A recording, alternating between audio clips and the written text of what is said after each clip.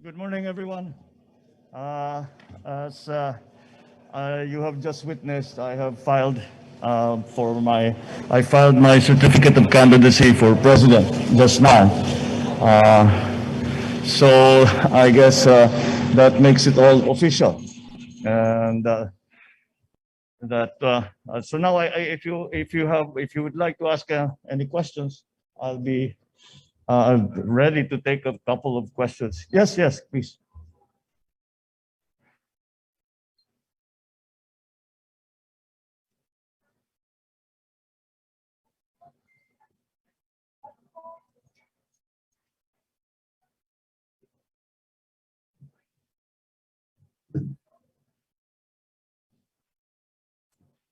Sir, I'm Tina Panganiban Perez from Oh yes, GMA. of course. Hello. May we know if you have a running mate and if you're fielding a full slate? And also, sir, you're the third aspirant with the family name of Marcos to file for the presidential elections. Yeah. What do you plan to do about the other two candidates, sir?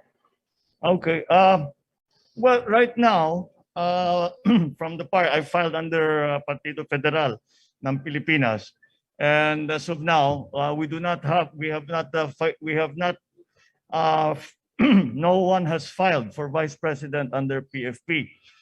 And I'll be very candid with you.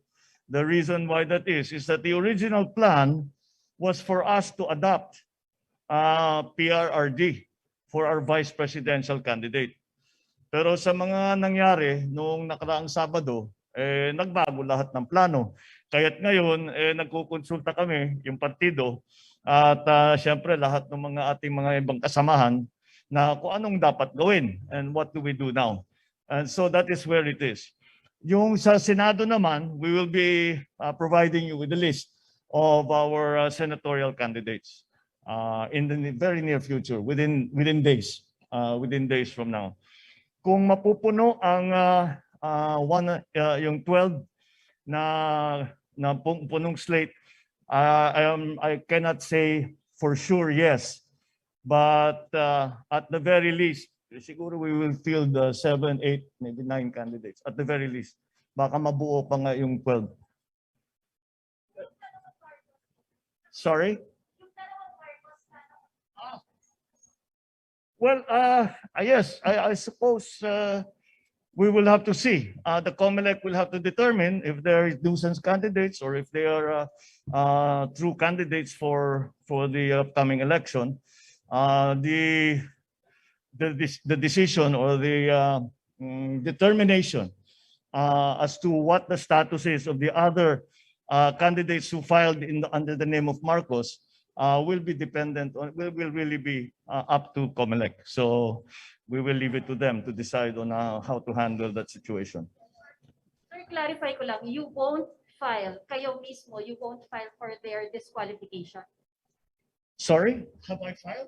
No, I mean, sir, kayo mismo, wala po kayong plan to file disqualification against them? Well, not as yet because tinitignan pa lang namin. Antayin namin siyempre hanggang sa dulo ng filing period. And then we will see what we will have to do. Kasi titignan muna namin kung sino yung nakapag-file. Kung sino, well, we'll just have to see the status of all of the names of the people that have come to file. Hindi lang naman sa presidente, pero sa lahat ng ibang position. Then we will decide what to do. Good morning, sir. Dwight De Leon from Rappler. Sir, I would just like to ask, are you able to tell us ano yung pinag-usapan nyo ni Mayor Sara? Were you trying to convince her to be your VP? Or was presidency always the plan for you? Well, very early on, we talked about it. Yung very much publicized, yung pinuntahan namin siya bago nung birthday niya. We talked about politics but no specifics. And since then, hindi na kami nag-usap sa specifics. Yung mga ganyang klaseng usapan, ikaw mag-presidente, ako mag-vice, ikaw mag-vice, ako mag-president. Wala kaming hindi na umabot yung usapan namin sa ganun. Sir, are you considering Senator Bongo as your VP? Are you considering Senator Bongo as your VP? Paano yun? Bong. Bong to the third power. Baka pwede rin. We'll see. Kaya nga, nagulat, siguro pati kayo, lahat naman tayo nagulat yung mga pangyayari ng Sabado eh. So we still have to determine what the effects of all of that will be, not only on me, but also the rest of the candidates in our party specifically. Yeah. So ano po mangyayari doon sa motion for reconsideration ninyo for the VP protest? Is that considered withdrawn with your filing of COC? I believe the Miriam doctrine is when you take your oath. That you abandon. Rather, it becomes smooth. It becomes smooth. The protest becomes smooth after the election when you have won your position and you take your oath. And last question, and this is from our reporter covering you. Are you willing to accept more media interviews where you can be asked about your father's martial law? I have never refused any interview on any basis whatsoever. I don't know where that's coming from. When have I refused to answer questions about anything? So if we ask Hosanna for an interview with you, you would accept?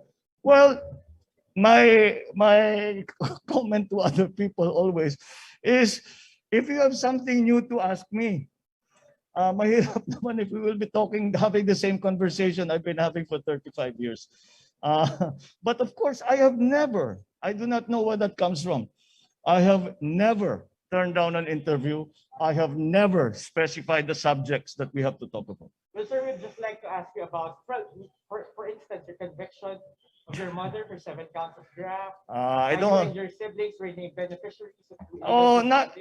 foundations. I misunderstood. Not here and now. I'm here for filing. Thank you. Thank you. Thank you. Hi, sir. Hello, good morning. Los Baños for TV5. Sir, may we know more details about your talk with Mayor Sara Duterte? Why it quote-unquote collapsed? Bakit hindi na napunta There sa- were no talks to collapse. I mean, bakit hindi na po nagdetalye na ikaw yung vice, ikaw yung presidente? Because the favorite sport of Filipinos is politics, and everybody was speculating. But the speculations are not necessarily based in fact. Nakita niyo naman ang galaw ni Mayor Inday, so I think that puts paid to all of those speculations. I mean, bakit po hindi na natuloy yung posible sanang tandem ninyo ni Mayor Sara? Kasi hindi naman siya tumakbo eh. Tapos. Di ba? Okay? Is that it? Sir, one more. Oh, sige. Are you ready for another fight with VP Lenny if she will run for president? No, I do not have any fight with VP Lenny. I'm running for president. I'm not fighting against anyone. I mean, another round of election, of campaigning, fight dealing. I don't. We have Senator Ping is filing as we speak. So it's not going to be that kind of election. Marami kami. Ready kayong maka-face-to-face ulit makasama sa election si VP Lenny? I would not file my certificate of candidacy if I was not ready to campaign, if I was not ready to answer all your questions, and so I am ready to answer your questions. I'm ready to campaign, and that's what we're going to do. Thank you, sir. All right. Yes, sir. Thank you. Sir. Maraming salamat. Sir, There's this one more here. Sir, Oh. this one, yesterday you've mentioned you want to be a unifying leader. And Yes. today you've mentioned you don't want to talk about the same question or the same topic for how many years already. And now how would you like to become a unifying leader when there are still these questions running around? In my view, those questions have all been answered. So we unify now in the face of the COVID crisis, in the face of the economic crisis. That is what I am talking about when I say a unifying leadership. Yan ang kailangan natin ngayon.